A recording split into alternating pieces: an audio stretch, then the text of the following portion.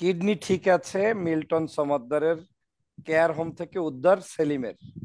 এই যে আপনি একটু আচ্ছা। নিউজটা যদি দেখেন, যেটা হুম। হচ্ছে আরটিভির একেবারে অনলাইন নিউজ থেকে আপনাকে পড়ে শোনাচ্ছি। এই জায়গাটার একটা ভদ্রলোকের ছবি সহ বাংলাদেশের গত 2 দিন পর্যন্ত কিন্তু বিভিন্ন জায়গায় অনলাইনে ঘুরে বেরিয়েছে যে মিল্টন সমাদ্দার এই ব্যক্তিরও কিডনি কেটে ফেলেছে। মানে কেটে টেটে নিয়ে গিয়েছে, কেন? তার পেটের কোনো এক জায়গায় একটা বাধা দাগের মতো, কাটা দাগের মতো ছিল, যেই দাগের কারণে সন্দেহ হয়েছে। যেহেতু ডিবি সবসময় বলছে, হারুন সাহেব সবসময় বলছে যে মিল্টন সমাদ্দারের কিডনি চোর, মিল্টন সমাদ্দার এই করেছে সেই করেছে, বিভিন্ন বিবৃতি। এখন জনগণও এখন বিভ্রান্তের মধ্যে পড়েছে যে আসলে কোনটা সত্য, মিল্টন সমাদ্দার কি অন্যায়কারী, নাকি মিল্টন সমাদ্দার সত্যিকারে ভালো মানুষ, নাকি মিল্টন সমাদ্দারেরও কিছু কিছু ভুল আছে, আবার কিছু হুম। কিছু ভালো কাজ আছে। এটা নিয়ে কিন্তু জনগণ এখন বেশ বিপাকে পড়েছে। তো আমি যে নিউজটা দেখালাম সেটা হচ্ছে আরটিভি থেকে, তারা হচ্ছে বলেছে আলোচিত ও সমালোচিত মিল্টন সমাদ্দারের child and age care home থেকে উদ্ধার হওয়া ময়মনসিংহের ঈশ্বরগঞ্জ উপজেলার বাসিন্দা মোহাম্মদ সেলিম মিয়ার 45 দ্রুত কিডনি ঠিক আছে বলে নিশ্চিত করেছেন চিকিৎসক। তিনি বলছেন, শনিবার 11ই মে রাতে নগরীর একটি ডায়াগনস্টিক সেন্টারে পরীক্ষা নিরীক্ষার পর বিষয়টি নিশ্চিত করেছেন ময়মনসিংহ মেডিকেল কলেজ হাসপাতালের কিডনি রোগ বিভাগের চিকিৎসক ডাক্তার মোহাম্মদ হাসানুল ইসলাম আকাশ।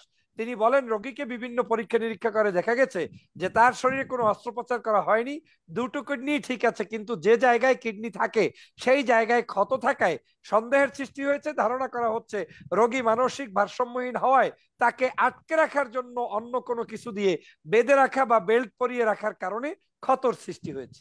এর চেয়ে তো স্পষ্ট প্রমাণ, সাগর ভাই, আর কিছু লাগে না যে মানুষের বিরুদ্ধে যখন কথা ওঠে, আমাদের বাংলাদেশের মিডিয়াগুলো যখন তখন তাকে নিয়ে বিবৃতি কিন্তু দিয়ে দেয়। আমরা আমরা আমরা দেখেছি যে তাকে ধরার সাথে সাথে কিন্তু পেটে ক্ষত দাগ দেখার সাথে সাথে সকল পত্রিকাতে আমরা দেখেছি যে আম- একজনকে ধরা হয়েছে, 6 মাস ধরে তাকে আটকে রেখে হয়তো কিডনি, এখান থেকে তার কিডনিও আমি হয়তো সরিয়ে নেওয়া হয়েছে। এটাই আমি এবং সাগর ভাই মানুষ আপনাকে বিশ্বাস করা বলতে চেয়েছি। বিশ্বাসও করেছে, সাথে সাথে মানুষ অত্য বিশ্বাস করেছে। হ্যাঁ। রাইট, এটাই অত্যন্ত দুঃখজনক, যেহেতু এই কয়েকদিন পর্যন্ত মিডিয়ায় তার বিরুদ্ধে লেখালেখি হচ্ছে, তারপরে সরকারের প্রপাগান্ডা চলছে, বিশেষ করে এই যে হারুন সাহেব, মানে সরকার বলতে প্রশাসনিক যারা রয়েছেন, ডিবির হারুন সেখানে কিন্তু সকাল সন্ধ্যা বিবৃতি দিচ্ছেন, এটা করছে সেটা করছে এই করছে সেই করছে। এগুলো নিয়ে কিন্তু আপনার ফার্স্ট রাউন্ডে আপনার সাথে একটা টকশোতে স্পষ্ট বলে গিয়েছি যে সেদিন আসলে কি হয়েছিল। আজকের এই যে ঘটনাটা, আবার মিল্টন সমাদ্দারের নামে যদি কেউ কোনো জায়গায় একটু পেটে ব্যথাও হয়, তাহলেও সেটা নিয়ে এসেই সাথে সাথে বিবৃতি দেয় এই প্যাটের মধ্যে থেকে কোনো একটা ছুরি ঢুকিয়ে মিল্টন সমাদ্দার কিডনি বিক্রি করেছে, যেহেতু সমস্ত পত্রিকায় এই কথাগুলো বলে বেরিয়েছে। আর আজকের এখন প্রমাণ হলো যে এনটিভির এই যে অনলাইনের নিউজটা, আরটিভির নিউজটা, এটা থেকে আপনি পেলেন যে একজন ডাক্তার সকল পরীক্ষা নিরীক্ষা নিশ্চিত করে তিনি বলেছেন যে না, এখানে আসলে মূলত মিল্টন সমাদ্দার এখানে কোনো ধরনের কিডনি চুরি করে নাই বা কাটে নাই, বরঞ্চ লোকটা মানসিক ভারসাম্যহীন। মানসিক ভারসাম্যহীন একটা লোককে মিল্টন সমাদ্দার যদি আশ্রয় দিয়ে থাকে, সেটা তো তার ভালো গুণের কথা, সেই গুণের কথা কিন্তু কেউ প্রচার করে নাই।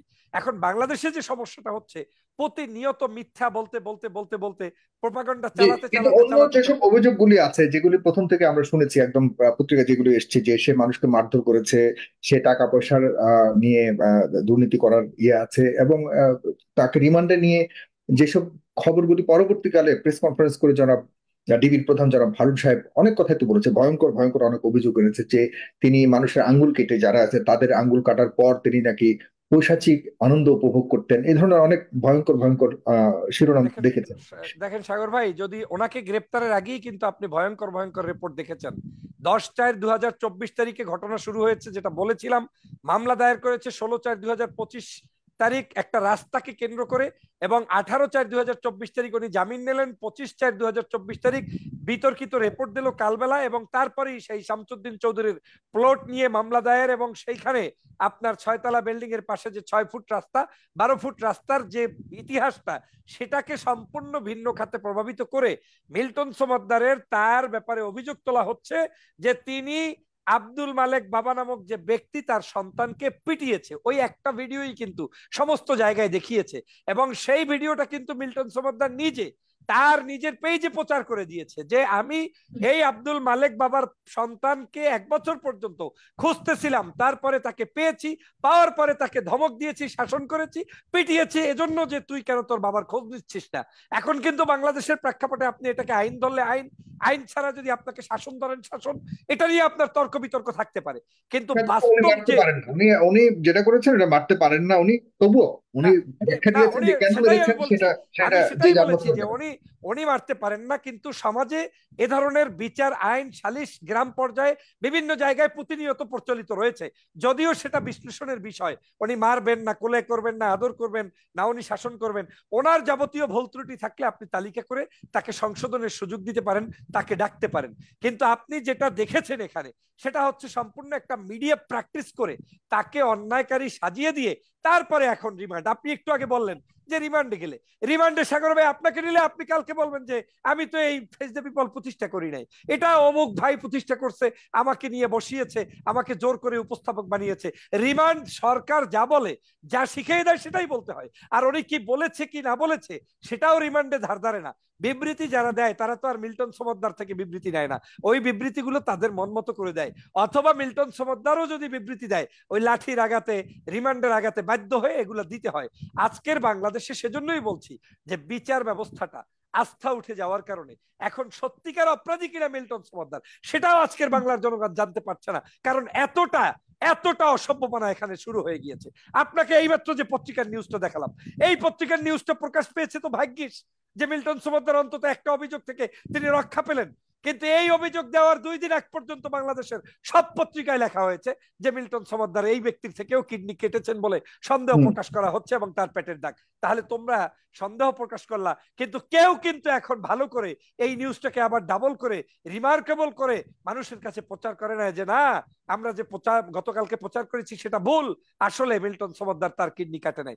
এখন সমাজে যেটা সমস্যা হয়, রাইট। প্রচলিত একটি ধারণা যখন তৈরি হয়ে যায়, মানুষের কাছে প্রচার পেয়ে যায়, ওটাকেই মানুষ সত্য বলে ধারণা করে, এবং সে কারণেই আজকের মিল্টন সমদ্দার আপনার কেউ হয় না, আমারও কেউ হয় না, দলীয় দৃষ্টিভঙ্গিতেও আমার দলের কেউ না, কিন্তু বাস্তবতা যে আজকের বাংলাদেশের যে কোনো ভালো মানুষ যে কোনো কাজ করুক তাকে আজকের পিছন থেকে টেনে ধরা হয়।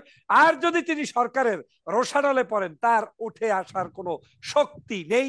আজকের মিল্টন সমদ্দার আমার মনে হচ্ছে সে ধরনের একটি কুচক্রীদের সর্বোচ্চ কুচক্রী মহলের আজকের নজরে পড়েছে।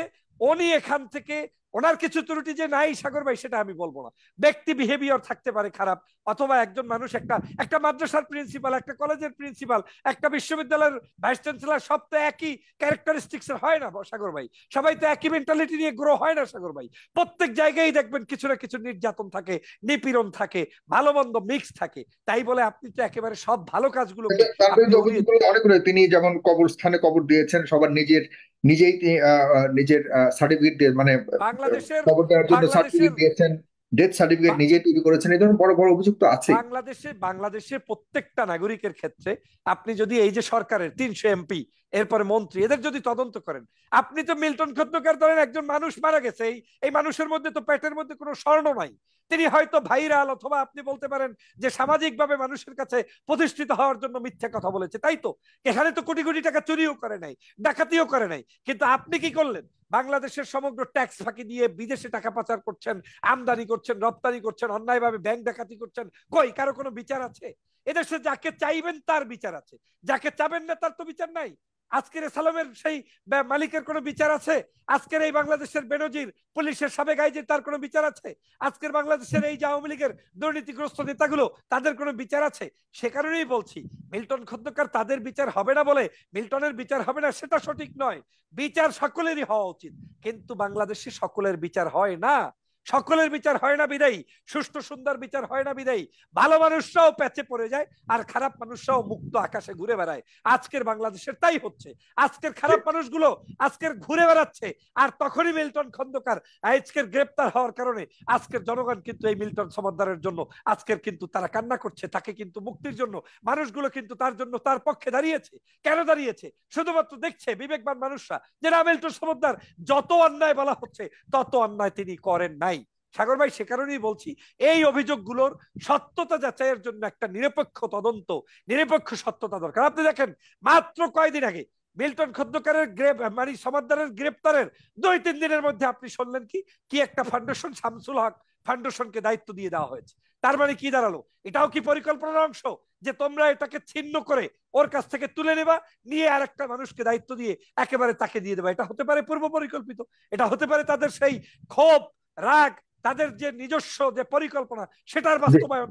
না হয় কেন 2 দিনের মধ্যে আপনি শামসুল হক ফাউন্ডেশনকে দায়িত্ব দিয়ে এটা দিয়ে দিলেন? আপনার তো শামসুল হক অধিকার নেই। ফাউন্ডেশন আগে থেকেই অনেক ভালো ভালো কাজ করে না যতটুকু শুনেছি, হচ্ছে, তবে তাদের আপনি এক হয়তো লক্ষ দায়িত্ব না না সাগর ভাই, আপনি 1 লক্ষ ভালো কাজ করতে পারেন, তাই বলে আজকের সাগর ভাইকে অ্যারেস্ট করে ফেস দ্য পিপলের এমডি ডক্টর ফয়জুল হককে বানিয়ে দিবেন, আর কালকে আমি আপনার এটাকে বসে যাব চেয়ারে বসে সম্পাদনা করব? এটা হতে পারে না সাগর ভাই। এটার জন্য অনেক বিচার বিশ্লেষণের প্রয়োজন আছে। আমার রক্ত ঘামে গড়া একটা প্রতিষ্ঠান আমি প্রতিষ্ঠিত করেছি, সেই প্রতিষ্ঠানকে আপনি দখলদারিত্ব করতে পারেন না। আর এটা এদেশের সরকারের স্বভাব।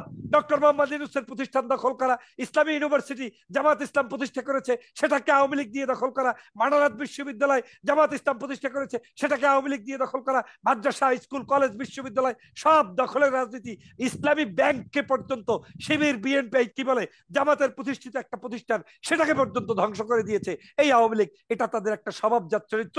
তারা সৃষ্টি করতে জানে না, কিন্তু তারা দখল করতে জানে। সে কারণে আমার মনে হচ্ছে মিল্টন মানে সমাদদার তিনিও হয়তো তাদের কাছাকাছি মানুষ হওয়া সত্ত্বেও জি। তিনি একটা রোষানলে পড়েছেন। এটার দ্বারা আপনি এখনই তাকে দোষী সাব্যস্ত করতে পারবেন না, আপনাকে সময় নিতে হবে, এবং এটার জন্য একটা সময় সত্য অবশ্যই বের হয়ে আসবে। তখন হয়তো দেখবেন আপনাকে যে ধন্যবাদ। মিল্টন সমাদদার জনাব আসলেই কোনো মনিরুর রহমান অন্যায় রিপন, করেছেন কি করেন না। আপনাকে আপনাকে ধন্যবাদ। প্রিয়